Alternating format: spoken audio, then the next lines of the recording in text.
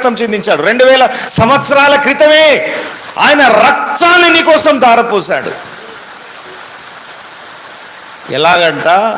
ఎంత రక్తం చిందించాడట అంటే, ఎవరి కోసం రక్తం చిందించాడట అంటే, ఆదాము మొదలుకొని చివరి మనిషి యేసుప్రభు వచ్చే వరకు పుట్టే చివరి మనిషి కోసం రక్తం చిందించాడు. అందరి కొరకు విస్తారమైనటువంటి రక్తాన్ని మనందరి కోసం ఆయన ధారపోశాడు. ఎప్పుడైతే నువ్వు ఒప్పుకున్నావో అదే క్షణంలో నువ్వు నీతిమంతుడుగా మార్చబడ్డావు. నీతిమంతుడుగా మార్చబడ్డాను అన్నదానికి బాహ్య రూపకమైన గుర్తే బాప్తిస్మం. అంతేగాని బాప్తిస్మం నిన్ను రక్షించదు. హలో, బాప్తిస్మం నిన్ను రక్షించదు. నీళ్ళలో తీసుకొని పోయి ముంచే ఒక ప్రక్రియ. It's a symbol, it's a sign, it's a outward sign. That baptism, that sign will not make you righteous. యేసుక్రీస్తు సిలువలో నా కోసం చనిపోయి తిరిగి లేచాడు అన్న యొక్క